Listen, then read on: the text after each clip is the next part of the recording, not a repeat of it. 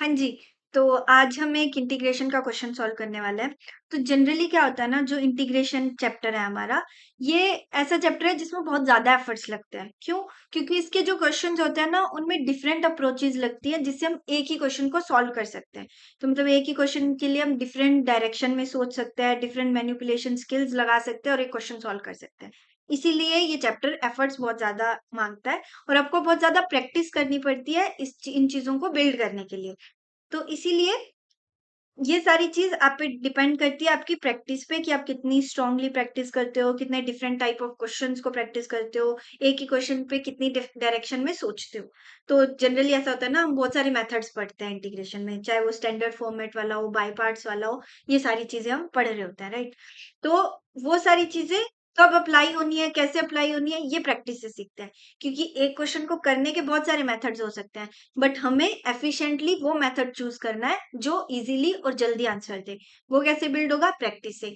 क्योंकि आप जितनी ज्यादा प्रैक्टिस करोगे आपको पता चल जाएगा कि ऐसे टाइप को क्वेश्चन के करने के लिए ऐसा मेथड ज्यादा एफिशिएंट होता है और जल्दी आंसर आता है।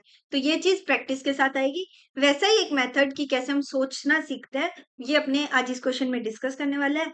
तो सबसे पहले आपका ये काम बनता है कि वीडियो को पॉज करो, इस क्वेश्चन को ट्राई करो, आपके माइंड में क्या अप्रोच चल रही है उसको लिख के जाना और आंसर बता के जाना। ठीक है? फिर अपने करते हैं डिस्कस। ओके, तो अभी करते हैं शुरू।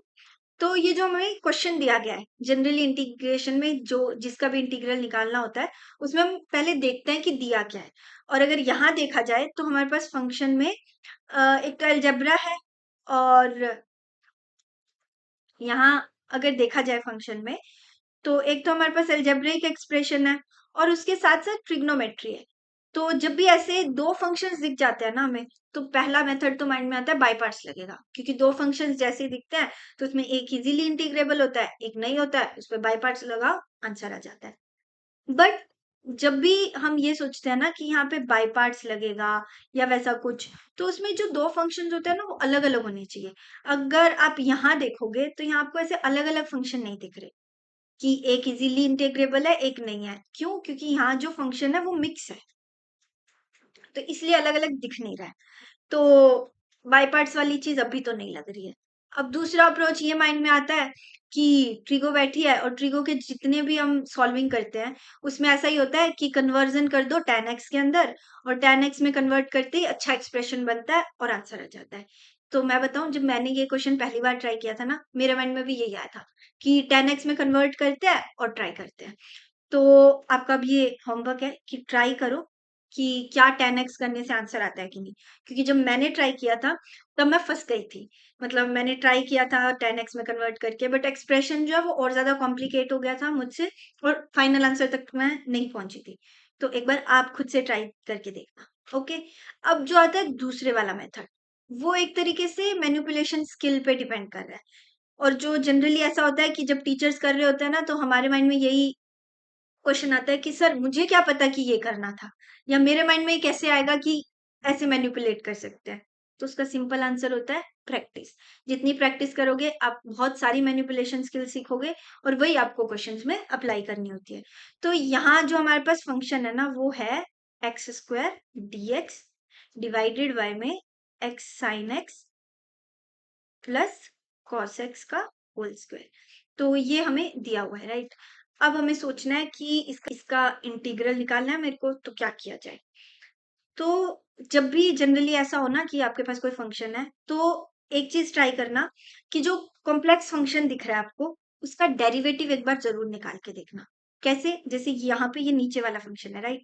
इसका एक बार पॉज करो वीडियो को और इसका डेरिवेटिव निकालो। X sine x plus cos x का डेरिवेटिव निकालो, क्या होता है? ठीक है? मैं पूरा डेरिवेटिव नहीं निकाल रही हूँ क्योंकि बहुत सिंपल है, मैं फाइनल बताऊंगी क्या होता है, बट पॉज करके खुद से सॉल्व करना। ठीक है? तो इसका जो डेरिवेटिव आता है वो आता है एक्स कॉस एक्स। ठीक है?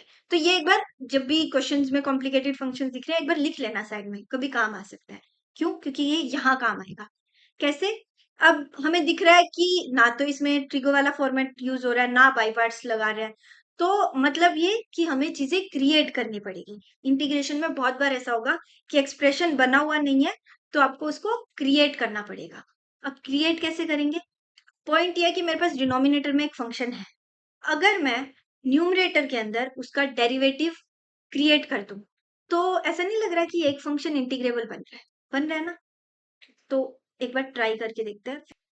डेरिवेटिव हमें पता है, तो जनरली इंटीग्रेशन के क्वेश्चंस में एक जो हम मैनिपुलेशन स्किल यूज कर रहे होते हैं वो ये होती है कि अगर आपके पास एक्सप्रेशन क्रिएटेड नहीं है या नहीं है तो आप जबरदस्ती क्रिएट करोगे मैनिपुलेट करके। तो यहाँ पे हम ये कर रहे होंगे कि हम ना जो हमारे पास एक्सप्रेशन था उसमें ऊपर एक्स स्क्वायर है, that means x into x, ठीक है। और डिनोमिनेटर में मेरे पास फंक्शन है x sine x plus cos x का स्क्वायर, ठीक है। अब मैं नीचे वाले फंक्शन का ऊपर डेरिवेटिव क्रिएट कर रही हूँ, तो एक्स तो है ही, तो कॉस एक्स लगाना है। अब वो अपने आप तो आएगा नहीं, अपने आप नहीं आएगा तो नीचे भी मेरे को एक कॉस एक्स लगाना पड़ेगा। अब आप यही सोच रहे होगे कि ये मैंने किया क्यों है, क्या इसका वो है। हम करना क्या चाह रहे थे, हम ऐसा एक्सप्रेशन क्रिएट कर रहे थे जो इंटीग्रेबल बने, इजीली इंटीग्रेबल हो। अब यहाँ से क्या हो रहा है, यहाँ से ध्यान से देखोगे ना, तो ये वाले पार्ट को जिसको हमने ऊपर डेरिवेटिव बनाया नीचे फंक्शन है उसको अलग रख दो और बाकी जो एक्सप्रेशन है वो अलग रख दो।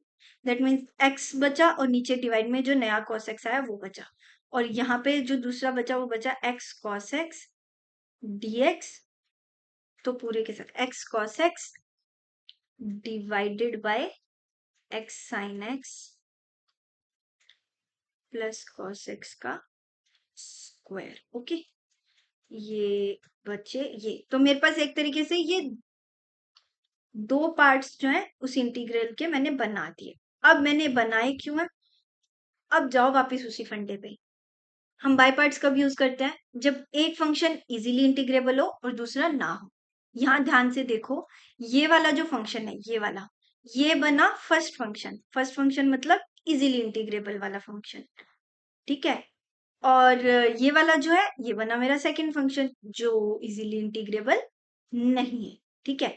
तो मेरे पास दो फंक्शन क्रिएट कर दिए, अब क्या करूंगी मैं, अब लगाऊंगी इस पे बाय पार्ट्स। अब मेरे पास ऑप्शन है, अब बाय पार्ट्स लगाएंगे तो हमारा जो है आंसर आ जाएगा। तो पॉज करो वीडियो को और खुद से बाय पार्ट लगाओ, क्यों, क्योंकि प्रैक्टिस इंपॉर्टेंट है। और जब लगाओगे ना बहुत मजा आएगा क्योंकि सॉल्विंग बहुत मस्त है इसकी। तो अब पॉइंट ये है कि फर्स्ट फंक्शन में ऊपर डेरिवेटिव है नीचे फंक्शन है, तो इसमें हम सब्स्टिट्यूशन से जा सकते हैं। अगर आप सब्स्टिट्यूशन से जाओगे तो ऊपर तो बनेगा वो dt और नीचे बन जाएगा टी स्क्वायर।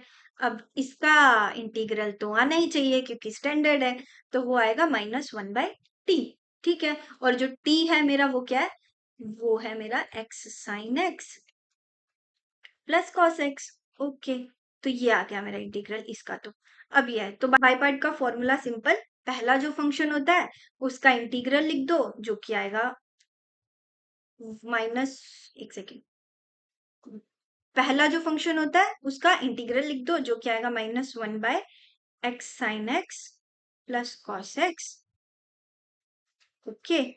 और इनटू में जो सेकंड फंक्शन है वो एज इट इज जो कि आएगा x by cos x, okay.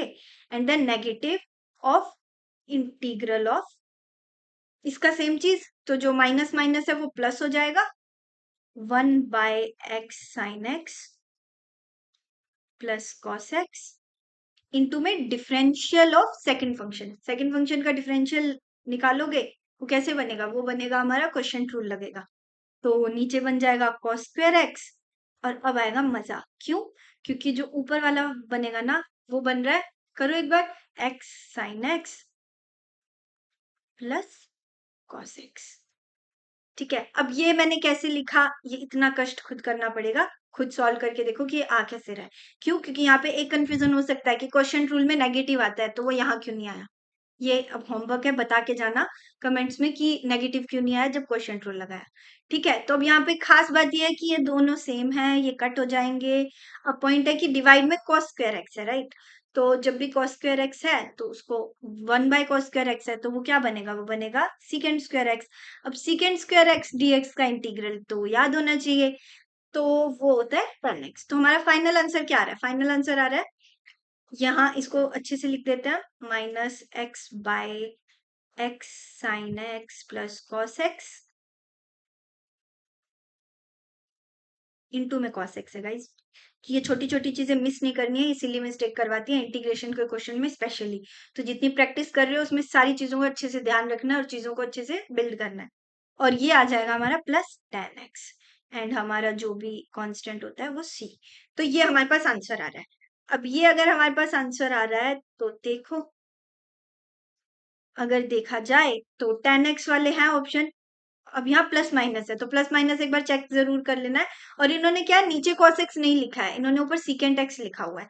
Okay, इसको हम ऊपर ले जाएंगे, बट यहाँ एक नेगेटिव साइन आ रहा है जो मिस मत करना। तो इंटीग्रेशन के क्वेश्चन में हमेशा ध्यान रखना है छोटी छोटी चीजों का, कि कोई एलिमेंट मिस नहीं कर रहे हो, साइन मिस नहीं कर रहे हो। ये सारी चीजों का ध्यान रखना बहुत ज्यादा जरूरी है। तो इस बेसिस पे हमारा आंसर आ रहा है ए ऑप्शन। तो पूरा इस क्वेश्चन का पर्पस क्या था? इस क्वेश्चन का पर्पस ये था कि इंटीग्रेशन के क्वेश्चंस में ना आपको डिफरेंट अप्रोचेस बिल्ड करनी होती है, और उसमें से भी एफिशिएंट अप्रोच कैसे आप फास्ट ढूंढ सकते हो ये सीखना होता है। और आप ये सीखोगे कैसे? प्रैक्टिस करके। तो इसीलिए प्रैक्टिस बहुत ज्यादा इंपॉर्टेंट है इंटीग्रेशन वाले चैप्टर में। जितनी ज्यादा करोगे उतना जल्दी चीजें सीखोगे और मजा आता है। जैसे जैसे क्वेश्चन सॉल्व करोगे, मैनिपुलेशन स्किल्स बढ़ेंगी तो मजा आता है। जैसे यहाँ हमने एक बहुत सिंपल सा फैक्टर सीखा ना, कि जो भी फंक्शन है उसका डिफरेंशियल एक बार माइंड में रखना है। ऐसे करके बहुत सारी ट्रिक्स होती हैं, और वो ट्रिक्स याद नहीं करनी होती है। जितने सारे क्वेश्चंस प्रैक्टिस करोगे वो अपने आप माइंड में आ जाती है। और वो एक तरीके से आपको, जैसे ही वो होता है ना पजल सॉल्व करने के लिए, पजल देखते ही दिमाग चलने लगता है, वैसे ही होगा। क्वेश्चन देखते ही माइंड में ये स्ट्राइक होगा कि बाय पार्ट्स लगेगा कि नहीं नहीं नहीं लग सकता, क्योंकि फंक्शन अलग अलग नहीं है, मतलब कुछ और करना पड़ेगा। तो ये सारी चीजें धीरे धीरे बिल्ड होंगी। और अभी का जो टाइम है वो एक प्रॉपर अच्छा टाइम है ये चीज को बिल्ड करने का। इसलिए प्रॉपर प्रैक्टिस करो और इस चैप्टर को स्ट्रॉन्ग आप अच्छे से कर सकते हो। और जनरली इंटीग्रेशन बहुत यूज होता है मैथ्स में। कैलकुलस में डिफरेंशियल के बाद इंटीग्रेशन आता है, इंडेफिनेट, डेफिनेट, उसके बाद area under the curve, differential equation, इन सब में इंटीग्रेशन बहुत ज्यादा यूज हो रहा होता है। तो इंटीग्रेशन अगर स्ट्रॉन्ग है तो बहुत ऐसे मार्क्स जो है आप उठा सकते हो। तो प्रैक्टिस कर लेना, ऐसे और भी क्वेश्चंस आपके पास होंगे। अच्छे से पीवाईक्यूज लगाओ, प्रैक्टिस करो और इंटीग्रेशन की स्किल को अच्छा करो। All the best.